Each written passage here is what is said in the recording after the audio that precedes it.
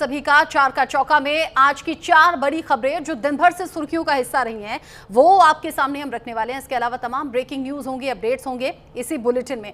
तो एक एक करके पहले वो जो 4 बड़ी खबरें हैं वो जान लीजिए। सबसे पहली खबर है सीएम साहिबा से जुड़ी हुई। अब ये क्या बोल गई आखिर सीएम साहिबा, ये सवाल उठ रहे हैं। बात ममता बनर्जी को लेकर है। पश्चिम बंगाल के दुर्गापुर में एक 23 साल की एमबीबीएस छात्रा के साथ में सामूहिक दुष्कर्म की घटना सामने आई जिसने सभी को झकझोर कर रख दिया। लेकिन सीएम ममता बनर्जी ने इस पर कॉलेज प्रबंधन पर सवाल उठाए हैं कि छात्रा रात 12:30 बजे बाहर आखिर कैसे गई।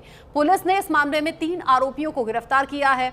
जिस तरीके से यह सवाल उठाया गया है कि 12:30 बजे के बाद छात्रा बाहर कैसे गई, उसको लेकर अब बहुत सा विरोध भी हो रहा है, कटाक्ष हो रहे हैं कि आखिर एक महिला होने के बाद सीएम ये कैसे बोल सकती हैं। पहले तो छात्रा के साथ गैंगरेप की निंदा होनी चाहिए, फिर कड़ी कार्रवाई की बात होनी चाहिए। दूसरी जो तस्वीर है वो बिहार में छिड़े घमासान से जुड़ी हुई है। सीटों की खींचतान जारी है। बिहार में आने वाले चुनाव को लेकर राजनीतिक दलों में गहमा गहमी है। एनडीए और महागठबंधन में सीटों के बंटवारे को लेकर खींचतान जारी है। कई संभावित उम्मीदवारों ने नामांकन की घोषणा कर दी है जिससे राजनीतिक माहौल और भी ज्यादा गर्मा गया है। कहलगांव में महागठबंधन के भीतर महासमर जैसे हालात हैं जहां पर कांग्रेस और आरजेडी दोनों के दावेदारों ने पोस्टर्स जारी कर दिए हैं। जिस तरीके से पोस्टर जारी हो रहे हैं, सीटों की खींचतान की खबरें सामने आ रही हैं। बहुत जल्द ही कुछ यहां निष्कर्ष पर पहुंचना होगा और सीट शेयरिंग का फॉर्मूला तय करना होगा, चाहे एनडीए है या फिर इंडिया अलायंस है।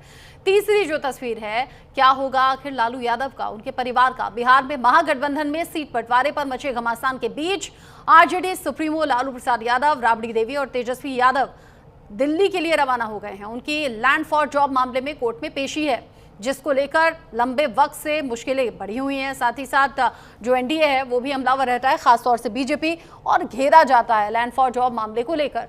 चौथी जो तस्वीर है पाकिस्तान पर अफगानी अटैक से जुड़ी हुई है। पाकिस्तानी सेना पर इन दिनों अफगानिस्तान कहर बनकर टूट रहा है। पाकिस्तान के हमले के बाद अफगानिस्तान ने जवाबी कार्रवाई शुरू कर दी है। अभी तक 58 पाकिस्तानी सैनिक मारे जा चुके हैं जबकि अफगानिस्तान ने 25 पाकिस्तानी चौकियों पर कब्जा कर लिया है। अब इस हमले से जुड़ा अपडेट क्या है ये भी आप तक पहुंचाएंगे। तो ये 4 बड़ी खबरें होंगी जो एक एक करके डिटेल में आप तक हम पहुंचाने वाले हैं।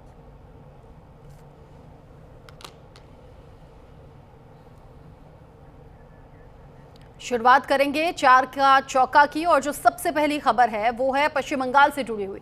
दुर्गापुर रेप केस में सीएम ममता बनर्जी का अजीब बयान सामने आया है जिसको लेकर अब रिएक्शन सामने आ रहे हैं। वो कह रही हैं लड़कियों को रात को घर से बाहर नहीं निकलना चाहिए, लड़कियों को अपनी सुरक्षा का भी ध्यान रखना चाहिए, ये ममता बनर्जी ने कहा।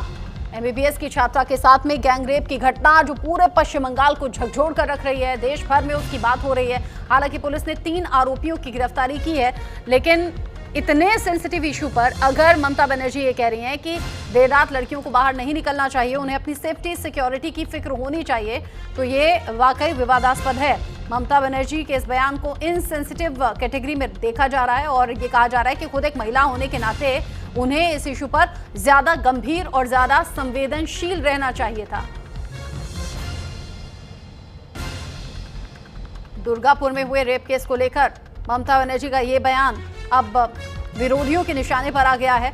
ममता बनर्जी का ये मानना है, अजीबोगरीब सा ये बयान दिया है उन्होंने कहा है कि लड़कियों को रात में घर से बाहर नहीं निकलना चाहिए। जरा उनसे पूछा जाए कि आपकी सरकार है, आपकी पुलिस है, सेफ्टी सिक्योरिटी की पूरी जिम्मेदारी आप पर होनी चाहिए, आपसे सवाल होने चाहिए, लेकिन वो कह रही हैं कि रात में लड़कियों को बाहर नहीं निकलना चाहिए। दुर्गापुर रेप केस में ममता बनर्जी का अजीब बयान सामने आया। बोल रही है लड़कियों को रात घर से बाहर नहीं निकलना चाहिए, लड़कियों को अपनी सुरक्षा का भी ध्यान रखना चाहिए। तो क्या ये बयान लड़कियों के घर से बाहर निकलने को लेकर या देर रात घर से बाहर निकलने को लेकर ही देखा जाए? क्या यहाँ अपराधियों को संरक्षण जैसी बात इसमें समझनी चाहिए? ये तमाम ऐसे सवाल हैं जो अब ममता बनर्जी और उनकी सरकार से, उनकी पुलिस से पूछे जा रहे हैं। विरोधियों के निशाने पर आ गई हैं ममता बनर्जी। दुर्गापुर रेप केस पर सीएम ममता बनर्जी का बयान भी सामने आया। उन्होंने कहा कि इस घटना से मैं स्तब्ध हूं, दोषियों को बख्शा नहीं जाएगा। यानी एक तरफ तो वो कह रही हैं लड़कियों को घर से बाहर नहीं निकलना चाहिए, ध्यान रखना चाहिए, इनफैक्ट रात में ज्यादा ध्यान रखना चाहिए, और उन्होंने साथ के साथ ये भी कहा कि इस घटना से मैं स्तब्ध हूं, पुलिस सख्त कार्रवाई कर रही है, दोषियों को बख्शा नहीं जाएगा। एमबीबीएस छात्रा के साथ में दुष्कर्म की जो घटना सामने आई है उसको लेकर ममता बनर्जी ने ये आश्वासन भी दिया है कि दोषी बख्शे नहीं जाएंगे और साथ ही साथ पुलिस अपना काम कर रही है। And I'm shocked to see the incident, but private medical colleges also is to take care for their students, and especially the girl child at night time. They should not be allowed to come out in the outside. They have to protect themselves also.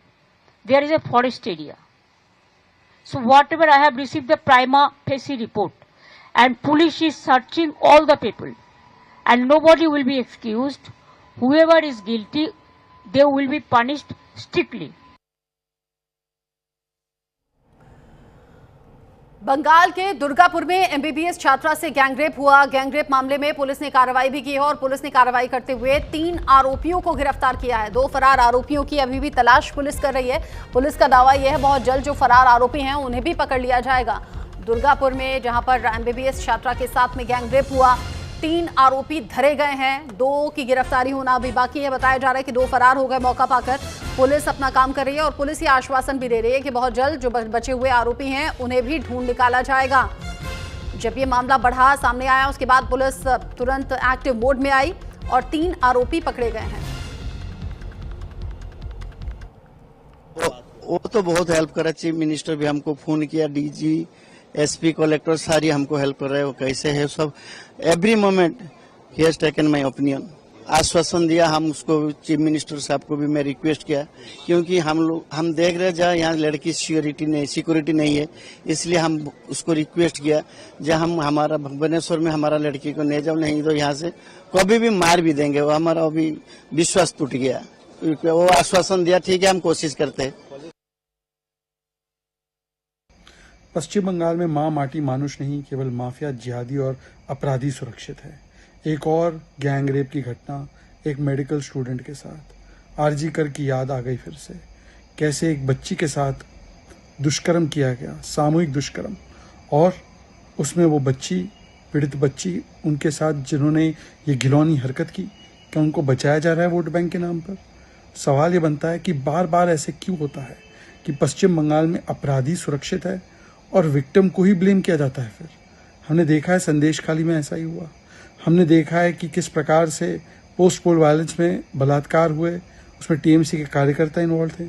हमने देखा है कि किस प्रकार से बाकी भी rape cases सामने आते हैं तो टीएमसी के नेता रेपिस्ट को बचाते हैं वोट बैंक के नाम पर।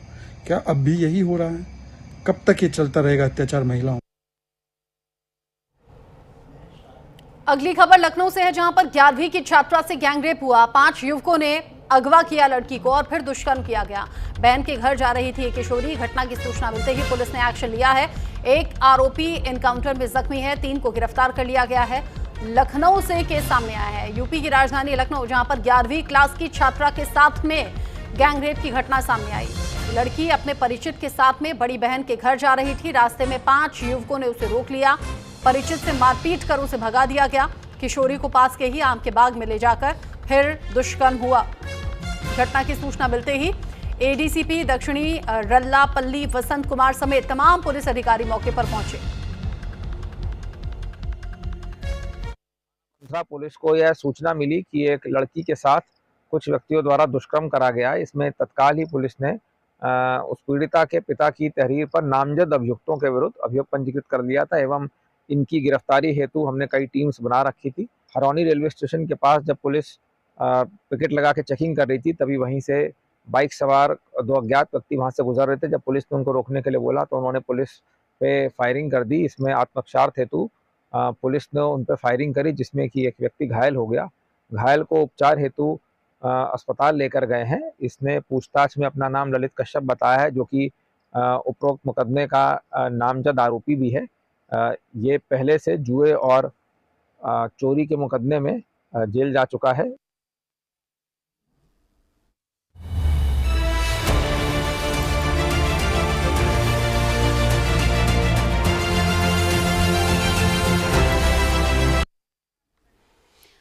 आगे बढ़ेंगे, खबर अब बिहार चुनाव से जुड़ी हुई। बिहार चुनाव से पहले आरजेडी को लगा है बड़ा झटका, क्योंकि आरजेडी के 2 विधायकों ने पार्टी से इस्तीफा दे दिया है। इसमें रजौली और नवादा ये 2 सीट हैं जहां से आरजेडी एमएलए ने इस्तीफा दिया है। विभा देवी और प्रकाश वीर, इन्होंने इस्तीफा दे दिया है। विधानसभा अध्यक्ष को अपना इस्तीफा सौंप भी दिया है। ये अक्सर आपने देखा होगा, जब जब चुनाव नजदीक आते हैं तब तब दल बदल प्रक्रिया बहुत तेजी से शुरू हो जाती है। यहाँ आरजेडी को लगा है बड़ा झटका, 2 विधायकों ने इस्तीफा दे दिया है और अब दोनों विधायकों ने अपना विधानसभा स्पीकर को इस्तीफा सौंप दिया है।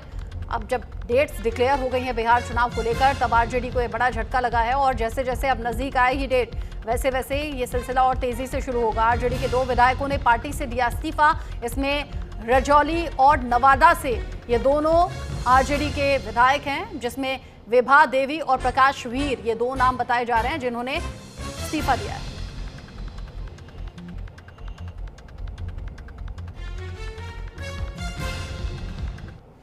आगे बढ़ेंगे, अगली बड़ी खबर, दिल्ली पहुंच गए हैं लालू प्रसाद यादव और तेजस्वी यादव। आज राहुल गांधी से मुलाकात हो सकती है और कहा यह जा रहा है सीट शेयरिंग को लेकर कुछ बात होगी।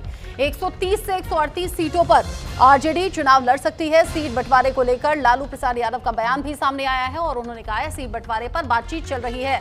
इंपॉर्टेंट तो यह भी है कि कल लैंड फॉर जॉब मामले में फैसले का दिन है, तो ऐसे भी लालू परिवार को यहाँ पर पहुंचना था। लालू यादव, तेजस्वी यादव पहुंचे हैं, कल कोर्ट में पेश होना होगा, ये मैंडेटरी है। और ऐसे में आज सीट बंटवारे को लेकर जो राहुल गांधी हैं उनसे मुलाकात होनी है तेजस्वी यादव और लालू प्रसाद यादव की। लालू प्रसाद यादव ने खुद कहा है कि अभी बातचीत चल रही है, लेकिन जो अभी तक की जानकारी है वो ये कि काफी हद तक बात बन चुकी है और आज राहुल गांधी से मिलने के बाद में हो सकता है, क्योंकि अभी तो कल का दिन भी इंपॉर्टेंट है, कोर्ट में क्या होता है। 130 से 138 सीटें आरजेडी अपने पास में रख सकती है, चुनाव लड़ सकती है 130 से 38 सीटों पर। सीट बंटवारे को लेकर इधर भी और उधर भी, यानी एनडीए में भी और इंडिया अलायंस में भी, दोनों ही जगह मंथन जारी है। इसी बीच आज राहुल गांधी से मुलाकात तेजस्वी यादव कर सकते हैं।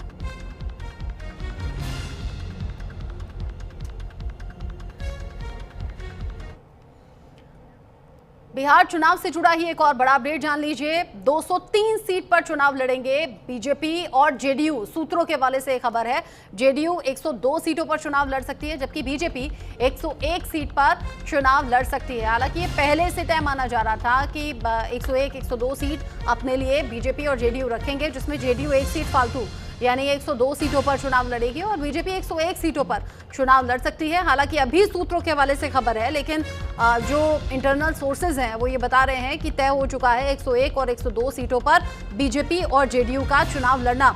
बाकी जो सहयोगी दल हैं उनमें आपस में सीट शेयरिंग का फॉर्मूला तय किया जाएगा, क्योंकि हमने देखा चिराग पासवान किस तरीके से अपनी जिद पर अड़े और उसके बाद में उनके मान मनोबल की कोशिशें भी तेज हुई। और अगर 101, 102 यानी कि 203 कुल मिलाकर सीट अपने पास में रखते हैं, तो बाकी की 40 सीटें सहयोगी दलों में सहूलियत के हिसाब से बांटनी होंगी, ताकि किसी भी तरीके से कोई सिरदर्द अभी खड़ा ना हो।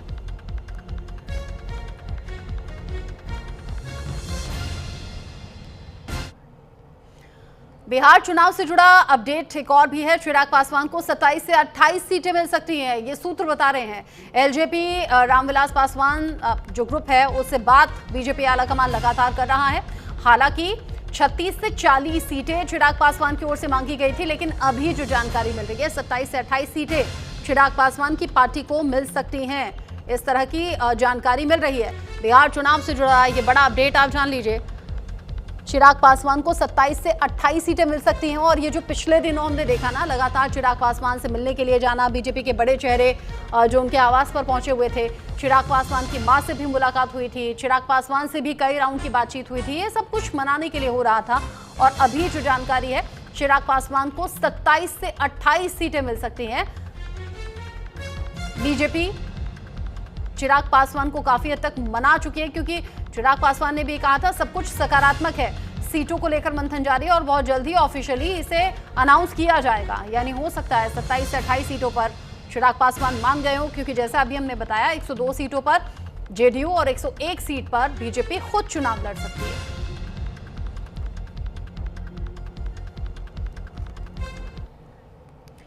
बिहार विधानसभा चुनाव को लेकर दिल्ली तक हलचल देखने को मिल रही है। वहीं तेजस्वी और राहुल गांधी की सीट शेयरिंग को लेकर बात हो सकती है, जैसा हमने अभी आपको बताया। उधर एनडीए में सीट शेयरिंग को लेकर खींचतान चल रही है। बिहार में सीटों पर सियासी जो खींचतान अभी है, इसको लेकर कांग्रेस सांसद इमरान मसूद से न्यूज इंडिया ने बात की है, देखिए। हमारे साथ बातचीत करने के लिए हैं कांग्रेस के सांसद इमरान मसूद साहब। बिहार इलेक्शन की बात कर ले तो अभी तक एनडीए की बात करें चाहे इंडिया अलायंस की बात करें तो एनडीए वाले कह रहे हैं हमारा तो सीट शेयरिंग का फॉर्मूला तय हो गया है, लेकिन अभी तक महागठबंधन का फॉर्मूला तय नहीं हुआ। लेकिन मैं उस सिस्टम का पार्टी हूँ, पार्टी तय करेगी, पार्टी लाइन क्या होगी क्या नहीं होगा, मैं उसमें हूँ नहीं तो मैं इसमें कुछ नहीं बता सकता हूँ। हाँ, ये पार्टी का ही मसला है। लेकिन अगर उत्तर प्रदेश की बात करें, आपको लग रहा है कि एनडीए में एक बिखराव नजर आ सकता है, क्योंकि ओम प्रकाश राजभर जो है 52 सीटों पर चुनाव लड़ने की बात कर रहे हैं और लगातार ये कोशिश भी भाजपा ने की थी कि उनके घटक दल जो है उनसे तालमेल बना रहे, लेकिन अगर ओम प्रकाश राजभर ही अपने कैंडिडेट उतार देंगे 52 सीटों पर तो ऐसे में क्या नुकसान एनडीए का होगा या महागठबंधन का होगा? अभी उत्तर प्रदेश का चुनाव आया नहीं, अभी आने तो दीजिए। बिहार में उतार रहे हैं ना, वो बिहार में उतार रहे हैं, मुझे हाँ। तो पता नहीं। हाँ। अच्छा, इतनी लंबी रेंज हो गई उनकी तो अच्छी बात है। हाँ। अच्छी बात है, हर आदमी को अपनी पार्टी को बढ़ाना चाहिए। लेकिन एनडीए को इससे नुकसान होगा क्या? मुझे नहीं लगता कि क्या होगा क्या नहीं होगा अभी, क्योंकि मैं बिहार में ज्ञानी ना, मुझे बिहार का पूरी तरह से हाँ। जानकारी है कि किस तरह से होगा। लेकिन अगर कोई आदमी अपनी पार्टी को बढ़ाना चाहता है तो बढ़ाए, हाँ। उसमें बुराई क्या है। वही एक सवाल ये भी है, जो आरोप आप लोगों के ऊपर लग रहे हैं कि भाई बड़ी बड़ी बातें करते हैं, हाँ हम गठबंधन में हैं, हम सब विचारधारा के साथ एक साथ आए हैं और खुद इतना विवाद है कि बिल्कुल सर पे चुनाव है लेकिन फॉर्मूला तय नहीं कर पाए। हालांकि वो शीर्ष नेतृत्व का काम है, लेकिन ये आपको किस तरह पता कि फॉर्मूला तय नहीं हुआ? हाँ, ये आपको ये किस तरह आरोप पता? लगा रही नहीं, बीजेपी। बीजेपी के आरोप लगा, बीजेपी अपना देखे ना। हाँ। बीजेपी अपना देखे, हमें क्यों देख रहे हैं? हम तो लड़ाई देंगे। हाँ। हाँ, अपना देखे। बिहार में भले ही एनडीए में सीट शेयरिंग तय नहीं हो, लेकिन बीजेपी ने अपनी जीत का दावा ठोकना अभी से शुरू कर दिया है। बिहार चुनाव को लेकर बीजेपी सांसद अनूप प्रधान ने सीट शेयरिंग पर कहा एनडीए के सभी दल साथ में हैं और उन्होंने कहा मैं समझता हूं सीट शेयरिंग का फॉर्मूला तय हो गया है, बहुत जल्दी इसकी घोषणा भी हो जाएगी। इस पूरे मामले को लेकर सांसद अनूप प्रधान से न्यूज इंडिया संवाददाता आंचल यादव ने बात की है। बातचीत करने के लिए बीजेपी सांसद अनूप प्रधान सर। अनूप जी, जिस तरीके से हम देख रहे हैं कि कई जगह पर देखिए चुनाव को लेकर तैयारियां चल रही हैं और उत्तर प्रदेश की भी पार्टियां इस बार चुनाव में दांव खेलने के लिए तैयार है, चाहे बहुजन पार्टी की बात करें या फिर देखिए ओम प्रकाश राजभर की बात करें तो वो भी अगर देखिए जिस तरह से उनको सीटें नहीं दी जा रही हैं वो अपने उम्मीदवार उतारने के लिए कह रहे हैं। कैसे देख रहे हैं इस बिहार चुनाव को? देखिए, निश्चित ही बिहार चुनाव में हम पूर्ण बहुमत की सरकार जिस दिन परिणाम आएगा निश्चित हम लोग बनाएंगे और जो हमारे एनडीए के सहयोगी दल हैं बिहार के अंदर सब लोग साथ हैं। सीट शेयरिंग का भी मैं समझता हूं फॉर्मूला तय हो गया, बहुत जल्दी उसकी घोषणा, कल मीटिंग भी आदरणीय हमारे राष्ट्रीय अध्यक्ष जी उनके आवास पर मीटिंग भी हुई है और बहुत जल्दी मैं समझता हूं कि सीटों को लेकर भी घोषणा हो जाएगी। ओम प्रकाश राजभर ने 52 सीटों पर अकेले चुनाव लड़ने का उन्होंने घोषणा कर दिया। आपको लगता है कि यूपी में आप लोगों के घटक दल हैं, एनडीए के घटक दल हैं, तो इससे कहीं ना कहीं डैमेज जो है वो बीजेपी को भी होगा अगर 52 सीटों पर वे अपने उम्मीदवार उतार रहे हैं? देखिए, मैं समझता हूं हर दल को अपनी बात कहने का अधिकार है, लेकिन जिस तरह राजभर साहब के साथ हमारा अलायंस है उत्तर प्रदेश के अंदर, तो मैं समझता हूं वो मान जाएंगे और हम लोग संयुक्त रूप से एनडीए चुनाव लड़ेंगे। ओबीसी ने जिस तरह से अपने चुनाव लड़ रहे हैं बिहार में, आपको लगता है कि उनका कुछ अस्तित्व वहां पर है या फिर इसका जो नुकसान है वो किसी को होगा? देखिए, जो भी चुनाव लड़ते हैं वो मैं समझता हूँ कहीं ना कहीं अपना अस्तित्व समझ करके वो लोग चुनाव लड़ते हैं। ओबीसी जो चुनाव लड़ रहे हैं ये अच्छी बात है, लेकिन मैं समझता हूँ कि भारतीय जनता पार्टी या हमारे सहयोगी दलों पर उनका कुछ बहुत ज्यादा असर होने वाला है, वो होने वाला नहीं है। अभी तक विपक्ष की भी सीट शेयरिंग का फॉर्मूला तय नहीं हो पाया। आपका तो चलिए घमासान चल रहा था, शीर्ष नेतृत्व ने बहुत हद तक कमान संभालने की कोशिश की। कल अमित शाह जी ने भी एनडीए के घटक दलों को समझाने की कोशिश की, बात की। वही अभी तक महागठबंधन की भी देखिए सीटों का फॉर्मूला तय नहीं हो पाया। देखिए, मैं समझता हूँ कि उनमें लगातार कहीं भी चाहे उनका उत्तर प्रदेश में अलायंस रहा हो, तब भी जिस तरह में सीटों को लेकर के बहुत सारे विवाद उनके सामने आते रहे और अभी भी वो तो बहुत लंबे समय से जो है बिहार में लगातार है, लेकिन अभी तक उनका भी सीट का फॉर्मूला तय नहीं हुआ है। लेकिन उनका दल का विषय वो क्या करेंगे क्या नहीं करेंगे, लेकिन भारतीय जनता पार्टी पूरी मजबूती से अपने सहयोगी दलों के साथ वहां सरकार बनाएगी। अगली जो खबर है ना वो लालू यादव की मुश्किल से जुड़ी हुई है। लालू यादव से जुड़ा बड़ा अपडेट जानिए। लैंड फॉर जॉब मामले में कल 13 अक्टूबर जब कोर्ट में पेश होना है और ये जरूरी तौर पर पेश होने का दिन है। 13 अक्टूबर राउज एवेन्यू कोर्ट में पेशी है। इस मामले में 13 अक्टूबर को फैसला आने का दिन है, यानी कल लालू प्रसाद यादव, तेजस्वी यादव, राबड़ी देवी को व्यक्तिगत तौर पर कोर्ट में मौजूद रहना होगा। 25 अगस्त को कोर्ट ने फैसला सुरक्षित रख लिया था। लालू राबड़ी के आवाज पर आरजेडी समर्थक अभी से जुटना शुरू हो गए हैं। बड़ा समर्थक जो हैं इससे पहले भी कोर्ट की सुनवाई से, कोर्ट के फैसले से जुड़े हुए जो दिन रहे हैं, भारी संख्या में आवास के बाहर इकट्ठा हुए हैं। ऐसे में सेफ्टी सिक्योरिटी के इंतजाम भी पुलिस को देखने पड़ रहे हैं। अभी जो अपडेट मिल रहा है लालू प्रसाद यादव से जुड़ा हुआ लैंड फॉर जॉब मामले में, कल है फैसले का दिन। राउज एवेन्यू कोर्ट में पेशी है।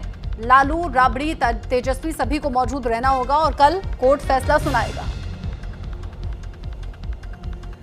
आने वाले बिहार चुनाव में ये जो कल होने वाला फैसला है ये काफी हद तक असर डालने वाला है। काफी ज्यादा इंपॉर्टेंट कल का दिन रहेगा लालू परिवार के लिहाज से भी और बिहार की राजनीति के लिहाज से भी।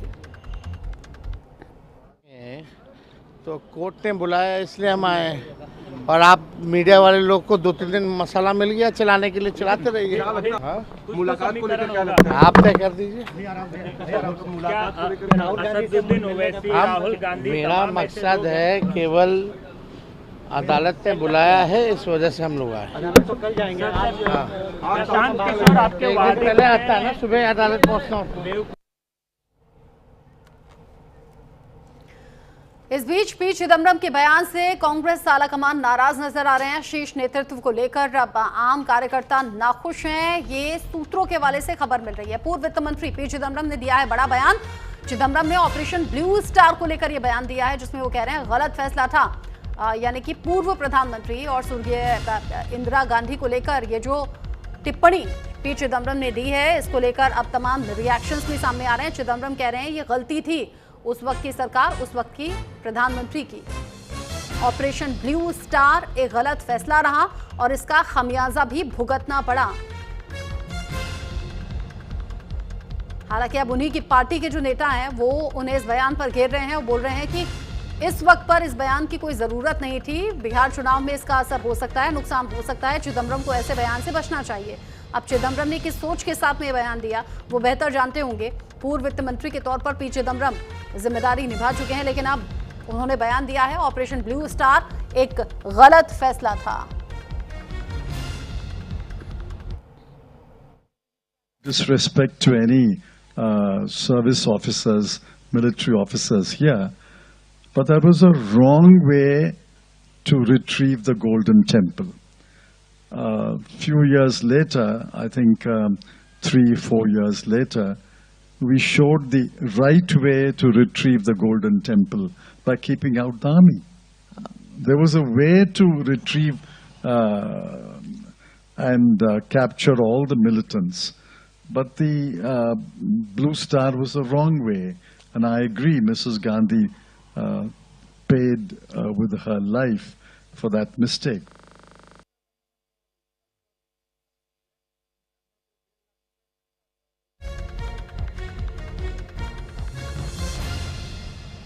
तरफ से कहा गया कि इंदिरा गांधी का फैसला गलत था, ऑपरेशन ब्लू स्टार का फैसला गलत था, उसका जो नुकसान है वो भी उठाना पड़ा कांग्रेस को।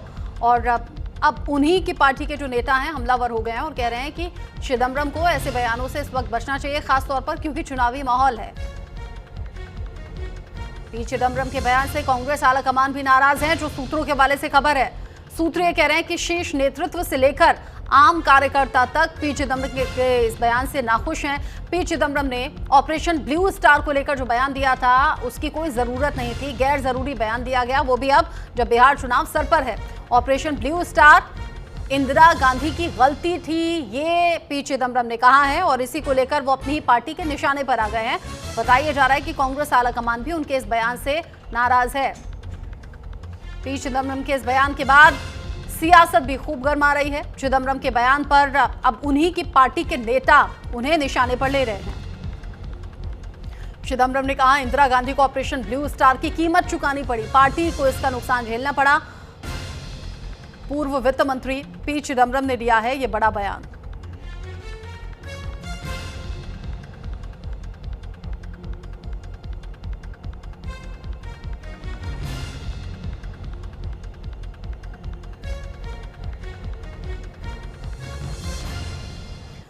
पी चिदम्बरम के बयान के बाद सियासत भी गर्मा गई है। चिदम्बरम के बयान पर बोले हैं राशिद अल्वी। चुनाव के वक्त में ऐसा बयान आखिर चिदम्बरम क्यों दे रहे हैं, ये राशिद अल्वी ने पी चिदम्बरम से सवाल पूछ लिया है। वो कह रहे हैं कि ऐसे बयानों की भला क्या जरूरत है, इस बयान को क्यों आखिर दिया जा रहा है, जबकि चुनाव सर पर है। बिहार चुनाव को लेकर जहां कांग्रेस पूरी तैयारी कर रही है, इंडिया अलायंस पूरी शिद्दत के साथ में लोगों के बीच में मौजूद, और एक तरफ तो वोट बैंक जुटाने की कोशिश, वहीं दूसरी तरफ पी चिदम्बरम का ये बयान जो कांग्रेस नेताओं को ही नहीं भाया। ऑपरेशन सही था या गलत था एक अलहदा चीज है, लेकिन आज 50 साल के बाद चिदम्बरम साहब की क्या मजबूरी है कि वो एक एक करके कांग्रेस के ऊपर हमले कर रहे हैं, इंदिरा गांधी पे हमला कर रहे हैं कि इंदिरा गांधी ने गलत कदम उठाया है। ये तो वही काम कर रहे हैं जो भारतीय जनता पार्टी और प्रधानमंत्री करते। जवाहरलाल ने गलत काम किया, पंडित नेहरू ने, इंदिरा गांधी ने गलत काम किया। दुर्भाग्यपूर्ण है। इसी खबर के साथ छोटा सा ब्रेक ले रहे हैं। ब्रेक के उस पार भी खबरें जारी हैं, कहीं मत जाइएगा।